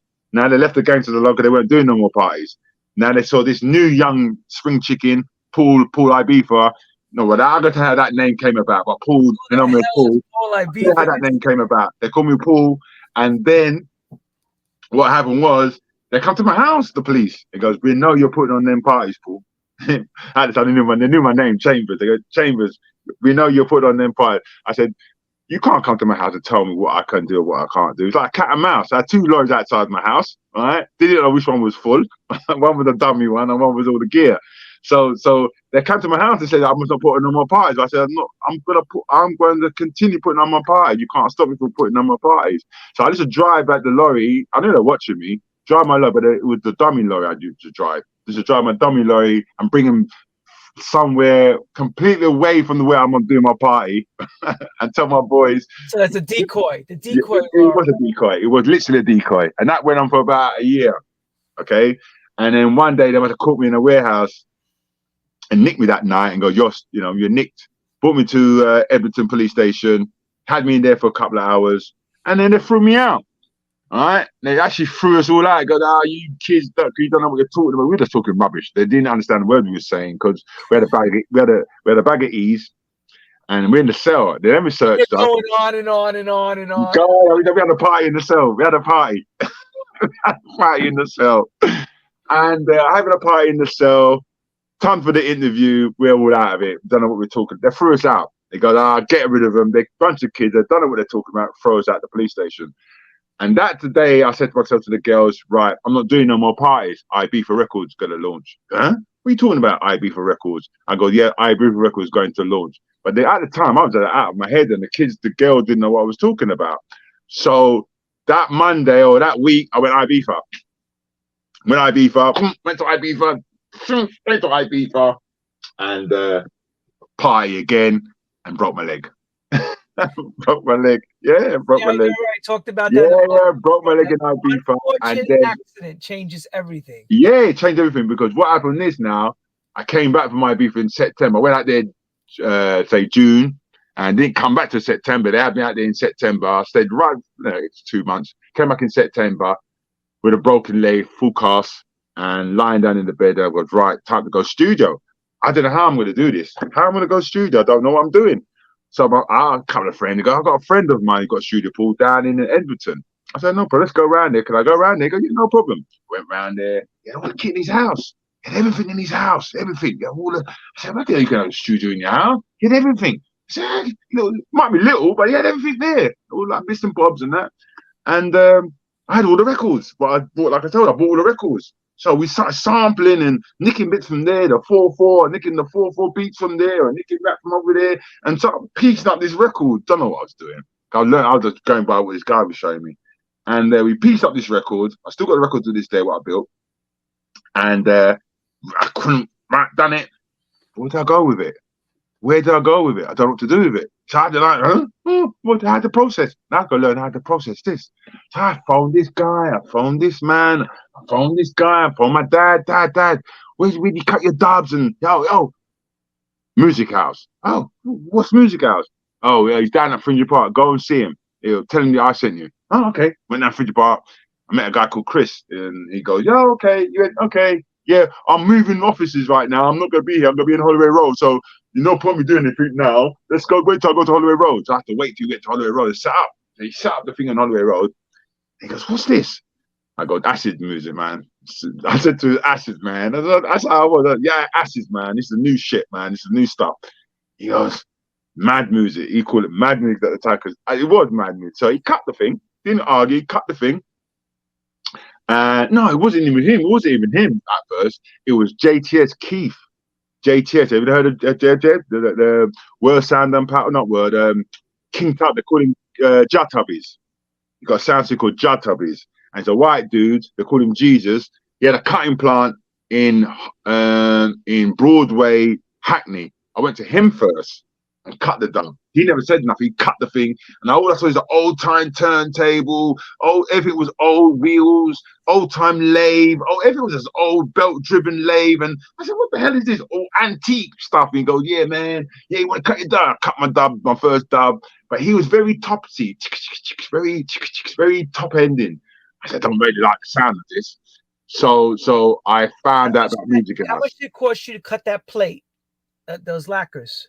At the time when I cut my first lacquer, I think he charged me about £20 at the time. But now back then it went up to £30, £35 in the end. But yeah, it was £20 when I first cut when I first done my dub plate, not the lacquer. My first dub plate cost me £20. When we done the whole process, I'm gonna show you something. I'll change the game in that as well. When we done the whole process, there was three things you got to buy: positive and negative. And then the stamper itself. So it's free process. You got to get the negative, positive, and the stamper. I said to them guys, "Why do we need the pos? Oh, you need the positive for the. Well, why do we need the neg?" So I used to argue with them. I said, "I don't need that. You charge me £100 for that, £100 for that. That's £400 before I even get started." So I just didn't ask for the neg, and then they just give me the pos and the stamper, and that's why I was happy with that. Went to the factory, a place called. Oh, that's another story. The factory. That's another story. Driving around my car looking for factories. Found a guy called Bubsy. He used to work for Jetstar, Mr. Palmer. You know, if you know the Jungle Hits Volume 2, Jetstar operate. He used to be in the North Circular where we live. He had a factory. I went there. Look, cut this dub. Cut them. I must have pressed the record at the time with 60p. Okay. Yeah, he pressed me up my first 100. And a guy called Neil. Heard it around the studio. I heard your first record, Paul, man. Do you want your own studio? I go, what? Do you want your own stuff? Because what? We can get all that stuff what I saw around so-and-so's house. Yeah, man, no problem. Come. And I had a broken leg at the time. So I said, come round my house. So he came round my house, jumped in the BM with a broken leg with an automatic. So I drove with one leg. Right? Drove around the BMW with one leg. Went to a place called Music Village down in Barnet. Didn't know what we was talking about. So we went, they ain't got the kit. So we drove all the way to a place in Charing Cross Road in the West End, a Turnkeys, a big music. And I walked in there, and a guy called Paul, never forgetting, blonde-haired guy. He goes, "I know what you guys want. I know what you're looking for." Came out with the Atari 950, a Spirit Death, a DAT machine. That time, DAT machine was a Casio DAT. That time, the Sony DATs wasn't around then. It was just a little Casio DAT machine first come on the market. Yeah, so I bought a Casio DAT machine, my 950 sampler, my Spirit Desk, my Atari. What else did I get? Yeah, and I bought a reel-to-reel thing because I like about the mic thing. I bought this reel-to-reel thing. I'll never forget it. Come to my house, and me and Neil put it in there. I said, "I don't have to put it together, Neil." Neil goes, "No, do I?" So I said to him, "How are you going to help me to make music if we don't know what we're doing?" He goes, "Don't worry, I'll go out and find this guy." So he went away and came back with a guy called James. He's a guy called Noise Factory. That's James, right? And he goes, "I know how to do it." He used to work for Fat Man International Sound System. He used to work in their studio because I know what this is. It's all MIDI. Goes, well, what's MIDI? Watch this. MIDI, put it all together. Boom, in seconds. And next thing I hear, ting, dong, dong, dong, ting, dong, dong, dong. The natural dong going. And go, that's it. And then that was it. I haven't turned back since. And that was 1989. And I put my first record, the proper, that, I mean, that the first record I told you about, I didn't really put it out because it was like my first record, just going through the process. When I first got my first tune, me and Jane put out 1989. What was the name of the first tune? My first, I've got it here. I still got a tune. It's called "Let Go." My first tune. It's called "Let Go" with a 4/4, with a 4/4 beat. Boom, boom, boom. Driving that 4/4, and this one. I mean, right up to 8. What was happening in the studio? What was happening in the studio? We were making beats with the 4/4, and started hearing. You know, when you, I don't know. You have to be a music man. When you start being in the studio and you start making beats and you start hearing things, different things that you're hearing in your head. You go to myself, this sound jungly, man. We just said it out about, this sound jungly. I don't know why we said it. We just said it. But at the same time, when we said it, we looked down on the floor. And this story, I always tell everybody, when we said it, we looked down on the floor and what did we see? James Brown's Jungle Groove album looking in our face. Looking straight in our face. Look, and we're sampling that album. We're sampling it. Remember, we're sampling James Brown, the funky drumming. We like to take the breaks from it. And it's got Jungle Groove staring in our face. Look at that. We're calling it jungle. Look at what's on the floor. And that's how jungle came about. And people say, where did jungle come about? That's how it came about. There's no, you can't tell me. That's how it came about. So those Bernard Purdy drums that you hear on the original Funky Drummer and stuff, you taking those drums. Yes. And then what were you doing? Were you speeding them up? What was the process to get to that next step? You've gone off sound. You sound Dalek now all of a sudden. Hello, can you hear me? Yeah, I can hear you, but you sound Dalek. Just went all Dalek. How can I? Can you hear me clear? Yeah, I can hear you clear. Yeah, I can't hear you though. You've gone all Dalek-y. Is everything? Let me ask. Do I sound okay out there? Let me know. Yeah, you can. I can't hear a word you're saying. Let me see why. Hang on. Let me check. Let me check my audio. My audio hasn't changed. Yeah, you're still here. You've just gone Dalek-y. Then I can stop that. I can't hear you. Oh no. Yeah, you've gone. You sound funny. Uh-oh. Do I see? Yeah, my audio is good. People saying my audio is good out there, telling me my audio is okay. Yeah, your audio is okay, but I can't hear you. Mine, all of a sudden, you just sound. Hang on. Let me see if I put. Yeah, you just sound like Dalek. Like digital Dalek? No, the visual's fine. That's your voice. I can't hear what you're saying. Oh, this is when you're gone very Dalek-y now, like Dalek. I hate suddenly. You know what phones are like, technology. You might have to reboot this thing. Come back out, go back out, and come back in. Yeah. Take it out. And I'll take a commercial break. I want to try that. So I'm going to remove you and reset. So as we're getting into the really good story, but I want to say this though as well. Let me just go back to this for a second. I wasn't expecting to do this right this second, but I will now. Everybody's telling me they can hear us. Thank you, Shannon. Wait, Terry Spam. Okay, so a little shameless plug while we're waiting for Paul to come back. Faith Magazine. Get your copy, the spring issue of the New York City Sounds. At these stores: Casa Magazines, Mulberry Iconic Cafe, Magazine Cafe, Soho News, Head High Brooklyn, Rough Trade, Razor and Tape, and all selected record stores. You'll see The Journey of Sound. I'm in it as well this month, talking about my story from when I started back in New York in the 80s. Junior Vasquez and all that. Get the Faith Magazine, Undefected and Defected. Thank you for doing what you do, getting behind all of us and keeping the underground sound alive. Let's see, we got Paul Ibiza back. Oh, you okay now? Yeah, I'm back. You sound better now, much better. Much better. Okay, so something must have happened with the phone. So we did a Yeah, little. yeah, yeah. I'll reboot mine as well, so everything back on track now. Okay. Okie dokie. So let's go back. So you got the guy to come and set up the studio. You got the Atari at the S950, and it's funny. I had the same setup. We all did. Yeah, we all Sorry. did. We all did that time, It and it was was the good. It was most fun. It was fun. affordable. It was the most affordable, and it was the most realistic, easy situation to Yeah, get it was. It was. It was. right. It was. It Right. was. It was. It was. It was. So me and James, and then we stumbled, like I said, the jungle thing. We stumbled on James Brown's album on the floor. We saw Oh, the that was my junglism. question. That was my question. You couldn't hear me. So Right. Bernard Purdy was the drummer for. Yeah, they're funky drummers. The two of them. We're sampling the funky drummers, the two of them. We're sampling James Brown's Jungle Groove album, taking out the drum patterns, certain patterns from that album, because we've done a lot of sampling back then. So we saw, like I said, the James Brown compilation album, the Jungle Groove album on the floor. We picked it up. Yeah, let's call it Jungle, and we never turned back ever since. Hang on. So let's get the technical end. You sampled it. That's right. How did you make it sound faster? By speeding up the breaks to get that new sound. Because that was their tempo was at the time 120, 130, 130. We was pitching it to 140, 142, 145.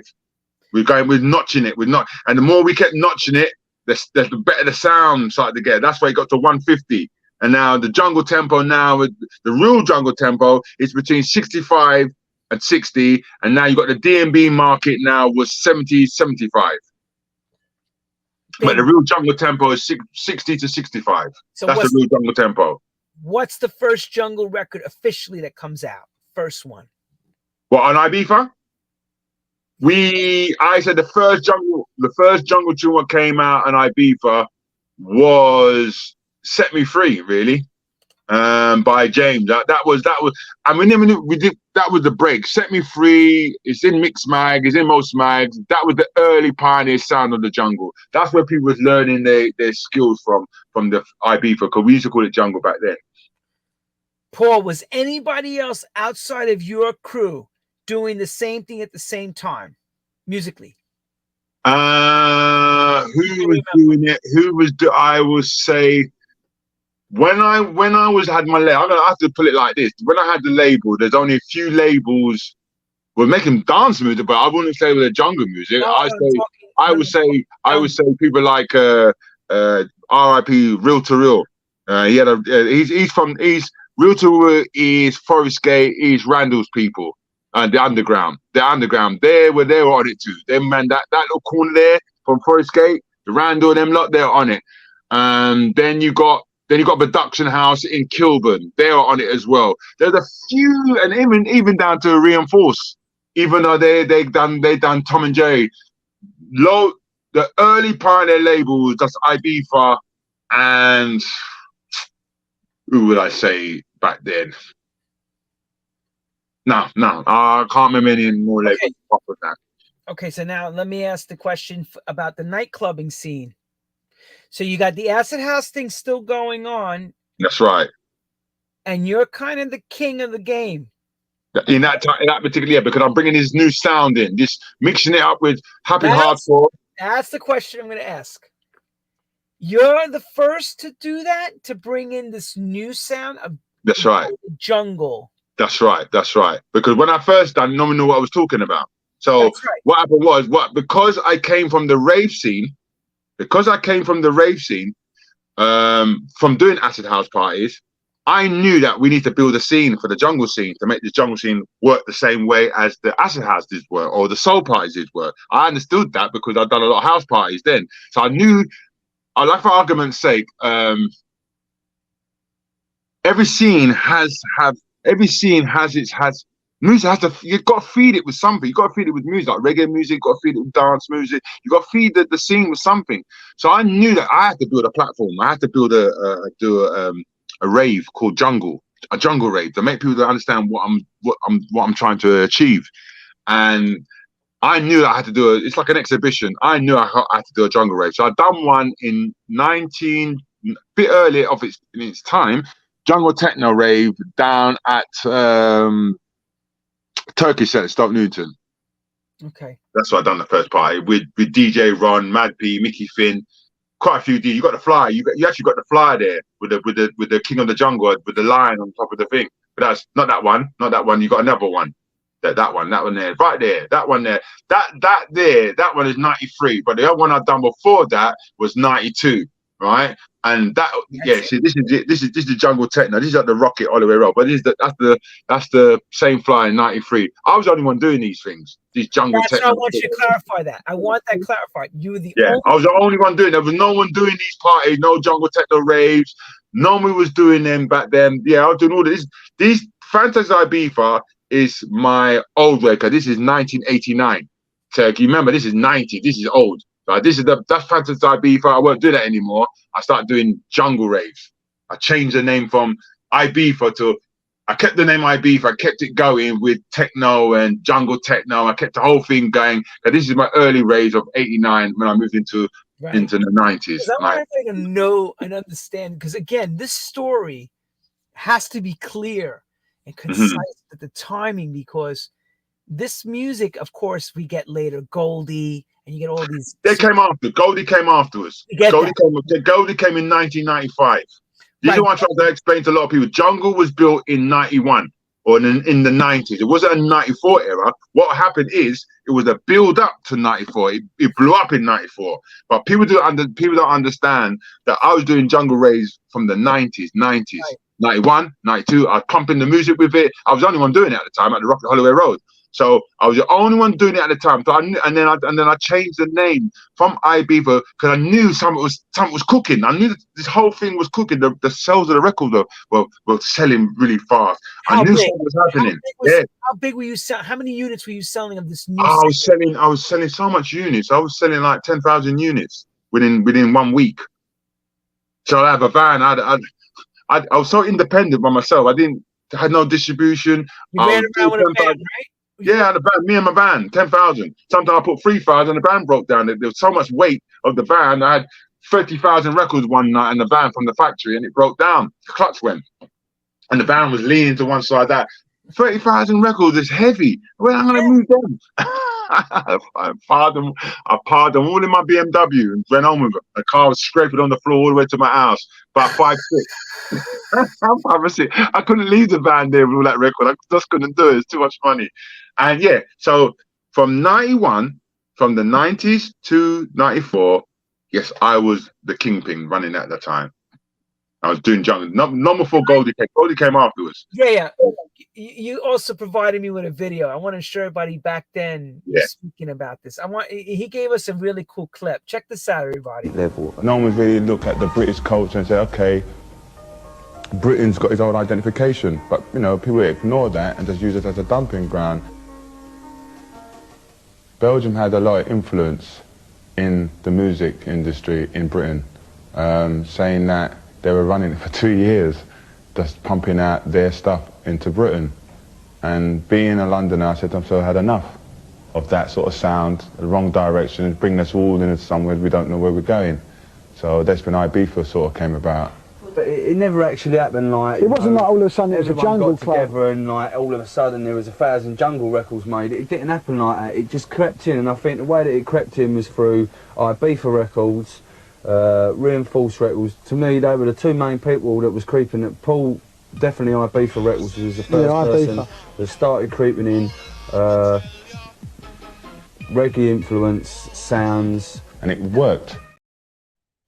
And the reason being that a lot of people, by having a reggae sample, doesn't mean it's jungle. That's not what I was trying to think. I'm just bringing my culture into it by bringing the bass lines, like hip hop breaks. We're using hip hop breaks, and very other things from different the things I grew up with, soul music, like bringing the pure groove. So I don't want people to understand because it's got a rugger sample in it, it's jungle. No, that's not the case. That's not the case. It was a very other things what made the word jungle was just a rugger sample. So I want to get that clear to people out there. So when you hear rugger sample, don't believe what was happening is I knew that the inner, we call it inner cities and the M25. M25 is where the urban white kids come from. Inner city is where all the blacks come from. So we knew that there's urban kids around the M25 never heard reggae music in their life, never heard these samples, never. So I knew it was working. I knew by putting a rugged sample on there, I just knew it would sell. It sells more records. Took the rugged sample off the records and it didn't sell. So I knew what was going on. So I understood what was going on, and people, didn't know, well, Paul, why are you putting rugged samples in? Why? Yeah, because I knew it was selling. I just knew it was selling. So that gave it the positioning to start seeing the MC. Right. Well, I'm gonna give you. Because you're making me think about all this as a DJ, because I experienced being around all of it because I was coming in to DJ myself in the house. Right. So I saw all that. I would see the selectors screaming, and Yeah. So I mean, we brought that into the game. I mean, remember, like I said, I saw Rat Pack done it, and when we started it, my brother Mad P picked up the mic. I done a bit. They sampled me a few times, and I mean, so we brought our culture into the rave game. I mean, we're black, and these are like the dominated white kids, but they never seen MCs before. They never seen man on a mic before, MC over a tune. It's all new to it. Everything was new. You understand? This is 1988, 88, 88, 89, going into 9. All these white kids never seen an MC in their life. They've never seen one. So it was like fascinating for them. Like, wow, look at that man. Look what he's saying. Wow. And it inspired other MCs. Inspired the early MCs, like the Chalky Whites of the world, the MC Hardcore. These are the early MCs. These are the early black MCs, the early ones. And Mad P, my brother, and still going to this day.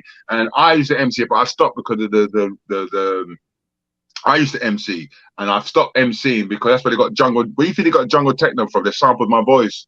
One night I was in my house. I went working with my brother, Top Buzz. He got me a gig down in Fantasia, Exeter. Very far place. We were talking about it last time. Me and my wife. We're talking about down in Exeter. It's very, very far. They call it the foot of England, because if you look at the map of England, got this foot bit. They call it the foot of England. That's how far we have to drive. That's how far it was. A place called Exeter. Anyway, I done the PA down there. Someone got hold of the tape pack, because back then they just tape the record the sessions. Someone got some of the tape back when I was on there going, jungle, hardcore, jungleism, hardcore, jungleism. And and all these kids were watching me. What's this black guy saying on the mic, man? Jungle is hardcore. What's that? They sampled and built a tune from it. Oh, yes. Okay. And going back to going back to what Mickey Finn reinforced, I'm in my house, in my bed, in my house. And that time I sleep with the telly on, and I could hear this compilation album. I could hear my voice coming through the telly. I thought I was dreaming. You know when you hear your own voice, hardcore, jungleism, and it's coming through the telly in the morning. I thought, oh, am I dreaming? And I keep seeing it, and then suddenly they were advertising a compilation album, and my track was on the album. So I thought, okay, right, who sampled my vocal and didn't pay me no money? So when I found out who owned it, was Reinforced Records, but I knew Ian from Reinforced, who was distributing at the time. I want some money, Ian. You owe me some money. Yo, it wasn't me, man. We just licensed the track. For the guys. So yeah, I've been sampled loads of times. Because everybody wanted that word. They, my brother, being sampled. Because when you hear your voice, your voice reminds me of Jazzy B's voice. Similar. That's it would be. But Jazzy B's down for me, Fringy Park. He lived down the road. It's got that distinct. It would be. We all lived on the same corner. Jazzy B, Soul to Soul, used to come to me for. Remember, I'm the kingpin of the house parties, and he wanted one in my house. Paul, sort me out, and that's how I said, yeah, you're next on the bill. Soul to Soul, you're next. But I didn't get around to him. And then he set up a thing called in the African Centre. So he done his own thing. Yeah, but we're from the same ends. We grew up together. I suppose we have the same sort of tone of voice. Yeah, you hear it. You can hear it. Like you could tell from the same hood. Everybody's definitely from the same hood. Yeah, Fringy Park. As soon as you're saying certain words, you hear. And I remember hearing those on records. I can hear your voice. Yeah, definitely. Me and my brother sampled a lot. We've been sampled because we're the early pioneers of the jungle set. The people didn't know where to get the word jungle. Where we can get, where to find these things. And what we did in there, we put just to make people know that we're the early pioneer. We built a tune personally. Knowing that it's 1991 jungle techno. So we built a tune.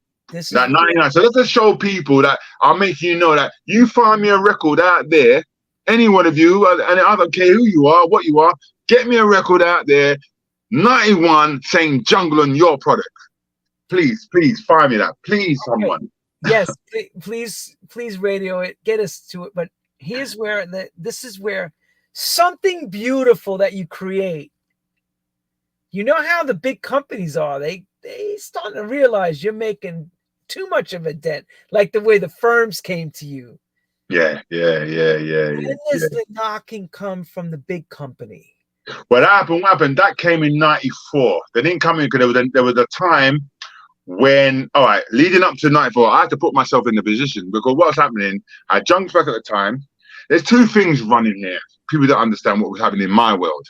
Two things running here. You had the Jungle Splash rave itself, the contents, the rave, the party, the putting on the planes. I had to put camouflage nets. I have to give it an identity. You had no identity because going to back what I was saying in my old interview, I'm British. I wanted my own identity. We never had one. You had the hip hop identity, you had the Jamaican identity, but Britain on the whole never had an identity. And I'm a great believer in that. We never had our own identity. By having jungle, this new music, even though the first lot of music was from America, it wasn't in British. So all of the first house music, rave music, as we call it, was all from Chicago and Detroit and electro. It never came from here. So we had no control over that. It's only in the 90s when the British people like myself and a few other boys decided to do our own label. Right. Set up our own thing. Let's do our own thing. Let's not worry about who Tom, Dick, and let's do our own thing. And we did. With a DIY business.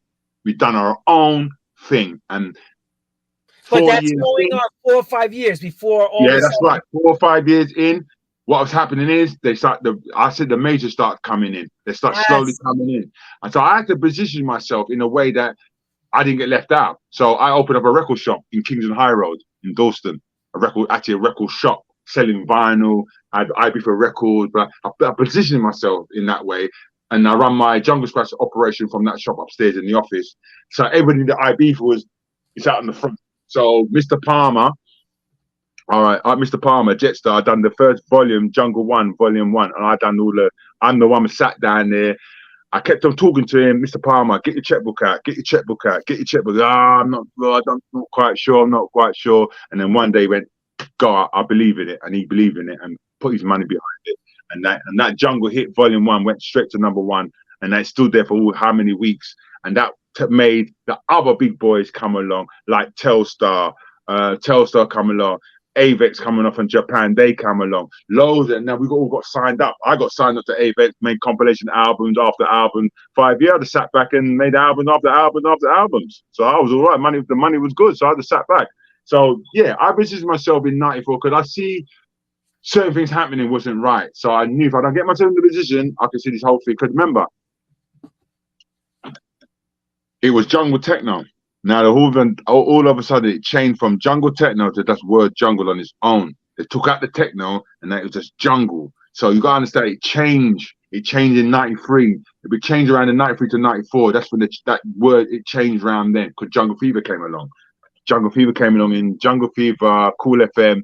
They came along in 93 and called it Jungle Fever, and the word jungle just stuck. And the jungle techno went a different direction, went north, and it's a different sound. Jungle techno and jungle are two different sounds, and people don't know that.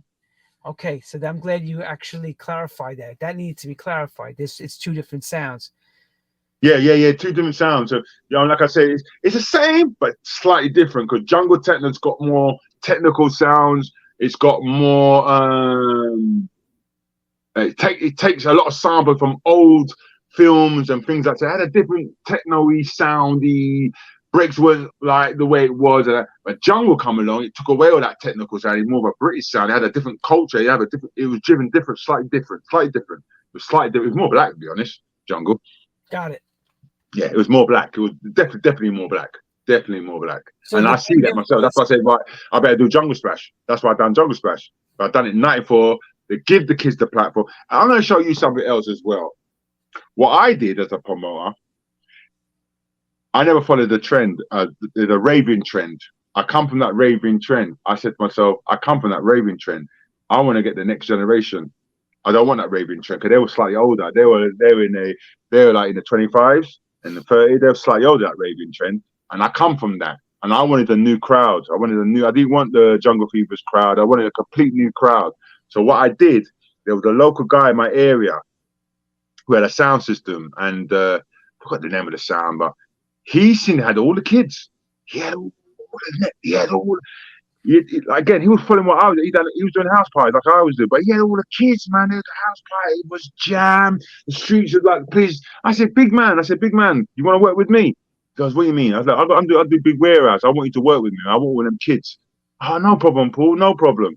So when I went to the Rocket, when I went to the Rocket Holloway Road, I put him in the second room and I had the main room and I advertised and my family used to run all the pirate radio stations, i.e. make all the rigs for the pirate radio stations. So my family, we run a pirate radio called Reggae FM. So my uncle used to make all the rigs for them. So I said to my uncle, you know all the stations, don't you? Because you make all the rigs. Yeah, can you run this ad for me? Well, no problem. So we put it on Power Jam in South London, put it on the Reggae FM. We put it all on the black radio stations. Okay. And then, yeah, that's what I did. And I made it black. Even when I done my advert, I used June a Day and I made it black. I had black advert. It was really black. And it was all new for the kids. When I done the rave at the Rocket Holloway Road, 2,000 blacks turned up. 2,000, they turned up. They created that new dance. It was them what created that new dance. That skanking dance, what we see today, it was them. It wasn't me. We didn't do this. These kids came with this. I saw it all. I saw everything. When the music came and they would look like, oh, this is wicked. And they started dancing they brought the new dance to the game. This whole new skanking dancing vibes. It was the black generation. So when people like 5-0, Navigator, Moose, who else? And a few other men who wasn't my DJs at the time. They were more Jungle Fever, working with Desert Storm. They wasn't at the time they were called the A-Team. When I brought the A-Team into on my side, they saw a complete different crowd. Yeah, Paul, where'd you get this crowd from? That's right. This is a ghetto crowd. This is a completely different crowd than what you're getting. This is a ghetto crowd, and this is my crowd, and it's from North London. And I never turned back. So I actually bought. What I'm trying to say to you is, I bought the Ray game to the ghetto. I said, my people need to hear this. My people need to see this. My people need to feel this. And I brought it to the ghetto. That's what I did. I brought it to the ghetto and brought the ghetto out. But some guy come to me, and I don't want to mention no names, goes, why am I showing the ghetto all this? I goes, why not? Why not? You bleed me dry. You've got all my brain. You nicked all my ideas. Now you're telling me I can't show the ghetto what's going on. No, I'm going to show them. Why not? And I did. Yeah, why the hell not? Yeah, some guy told me not to. No, don't show them. Don't show them how it is, because they wanted to keep the ghetto out of it. Was he a white dude or black dude? Yeah, white dude. He's a white dude. He goes, but I knew him anyway. I don't know why he said it, but he said it to him. And I had to tell him, and I said, no, I'm going to show him. I'm going to show him. He's on point. It's like, yeah, it's all well and doing. I don't mind doing pride. I don't care who comes to the door. Be honest, white, black. I don't really care. It doesn't bother me about that. But at the time, where I came from at the time, I said, no, blacks should know about these new house parties. They should know about these things. And because of them, why record companies took notice. They thought all the blacks are going there. Yeah, they thought that's why Jetstar never took notice of this thing. And then 95, the Goldie Era thing coming along, John Bass coming along, and the jungle, but it didn't die. Politics. It didn't die. Politics. Jungle never died. Yeah, just no, jungle never died. What happened was politics within the jungle scene. With Jenny Levy coming off with that saying that he's the king of the jungle and this and that. So loads of, I think someone came in with loads of money and pulled it apart. They didn't want us to be together because we're too strong. They came with their money and pulled it apart. So this guy ran over there, he ran over there, and they're bad mouthing this guy, they're bad. And it just became really, really messy. And then what happened? The DMB grew. Goldie grew on the side, and bang, the next minute, drum and bass is here. And then jungle died.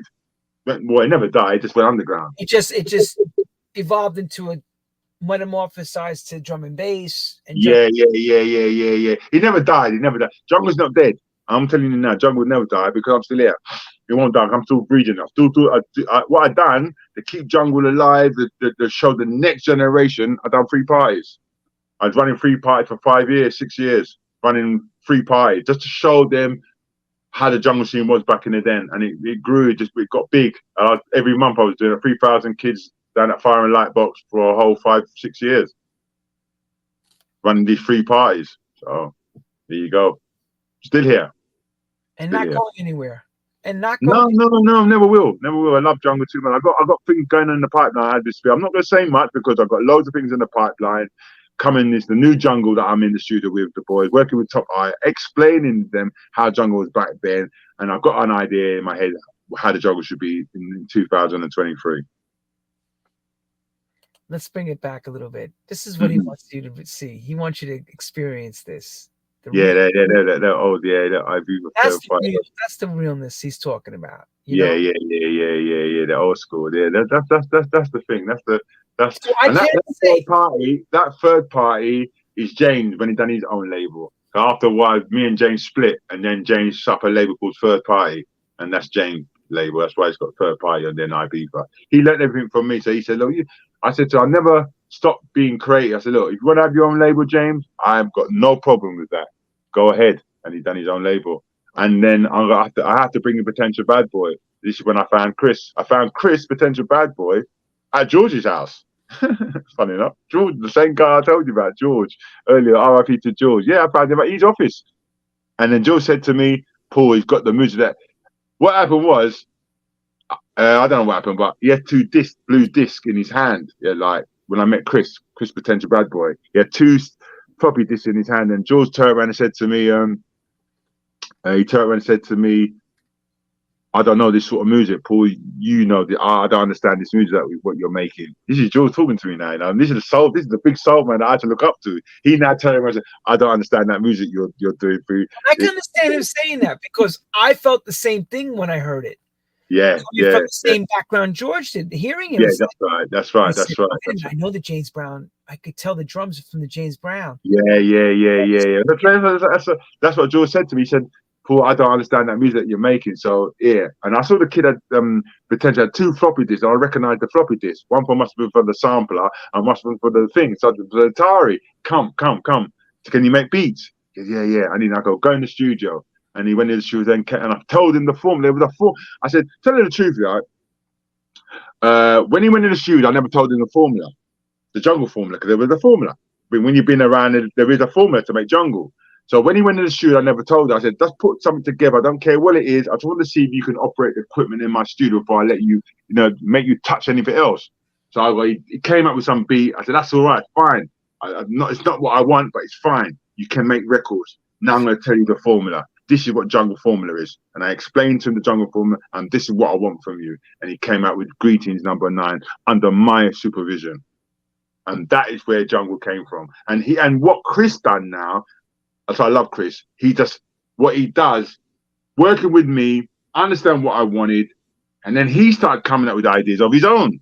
And that's why I came up with the Limited E records, the Limited E. I give that to him. That's just your baby, because he started making tunes that I couldn't get my head around.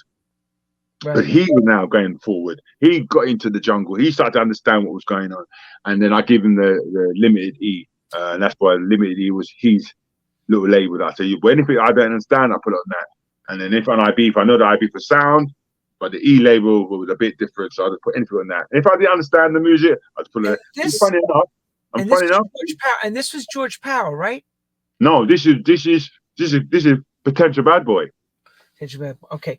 Yeah, one of my big The reason why I brought him up again is, if I remember correctly, and maybe I'm wrong, and maybe you could correct me on this, a young producer named Grant Nelson. Yeah, that was Nice and Ripe. That's right. I'm going to tell you about that.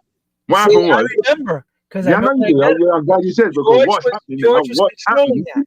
what happened now was this. George now, the soul thing's dead now. George, the soul thing, he's dead. The radio station's gone. He sold his radio station to Gordon Matt. He got angry when he found out Gordon Matt sold it to Kiss FM. He was so angry in his little world. Oh, I got nothing. So he had a little kid around hanging around it called Kid Andy, run a label called Boogie Times.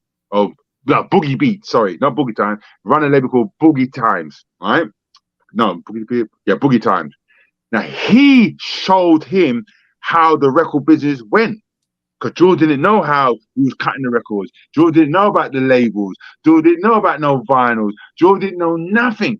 So he's like, what? What? He said, how you not done it? So he waited till the garage scene came along. That's why George just waited by his time. Jungle scene was running. When the jungle died, then the D&B sprang up, and also the garage sprang up at the same time as D&B. So it was all the ex-junglers who couldn't make jungle, didn't get a look in, came up with the speed garage.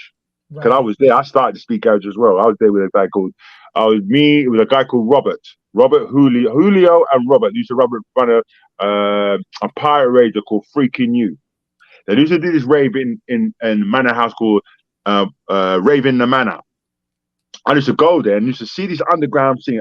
I've always liked to go place early to see it was growing. I see this little thing growing. They weren't making no garage then. They were speeding it. They were getting normal garage tunes, house garage tunes from New York, and pitching it, speeding it up to get that fast sound how jungle was made. Because they knew about how jungle was made. So they were pitching everything up. So all house music from New York, and just pitching it, and it was working. All the kids, yeah, this garage, we have this new garage. And then what happened was the MP3 come along. So that's what they're making in New York. So everybody started buying the MP3s, and boom, everybody started making this new sound of garage. Boom, everybody's making garage, and that's when the scene started. So what I did, because I knew what was happening, I made sure it was either 1995 going into 1996, New Year's. I made sure I got a venue. New Year's, I got Rocket Holloway Road. I booked it for New Year's Eve and done the first garage rave in there on a big scale, bang, before Sun City. And boom, there we go.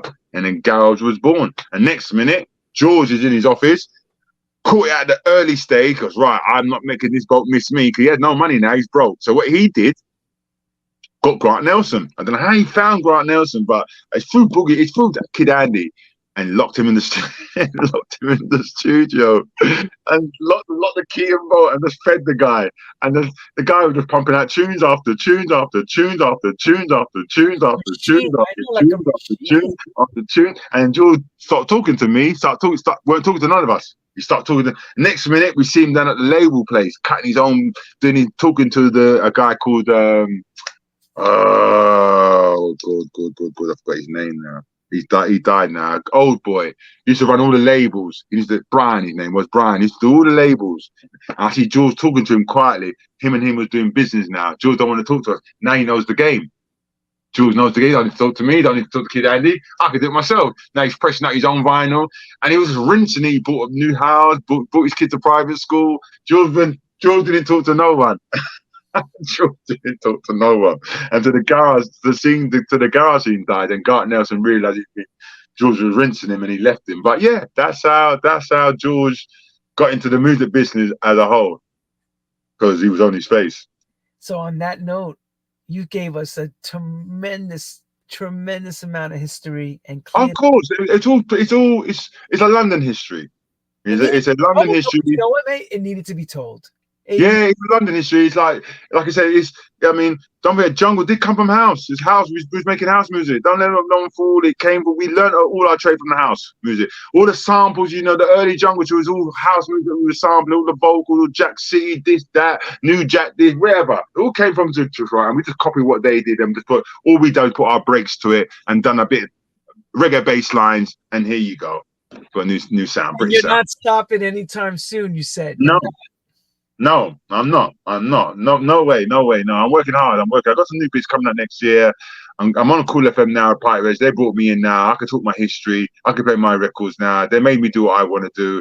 And I'm not going to stop for now. I mean, I'm going to write my book as well. I'll get my story to be told. So my journey ain't finished. So hopefully, it continues, God willing. More chapters. I said Jah willing, not God willing. Jah willing. Now mine. Yeah, Jah. That's the bar. Wow. Yeah. Thank you, Mr. Paul, man. No, thank you. Hopefully I enlighten you. Hope everything you hear is the truth, and you heard it from the Here's the thing I say about it. You were there. That's right. So the thing is, maybe somebody may question the validity, but you can't question the person that was there. Yeah. And funny enough, you say that. I a lot of people catch people out a lot by what you just said because you wasn't there, and I know you wasn't there because what your story you're telling you just it was the wrong story. This is how the rave scene started in England, London. It was 2 guys first, and it went 3 guys, then it went 4 guys, and then it went nationwide. Right. Argument done. That's it. On that note, argument's done. We're done, and give Mr. Paul Ibiza a big clap for. No. Thank you. We'll see you all next week, and we're gonna wish Mr. Ibiza himself 34, 50, 100 more years of jungle. Yeah, thank you. More life. As I say, more life, mate. More life, and stay wicked and stay strong and stay. You know what? Remember, if you're not healthy, you can't push the machine. That's right. Stay healthy. That's right. So be hyper strong. Thank you. Good night, everyone. Thank you again for tuning in to True House. And next week we got more coming. So thank you, guys. Thank everyone. you. Hang with me, Mr. Paul, and Auf Wiedersehen, guten Tag, and ciao. Ciao.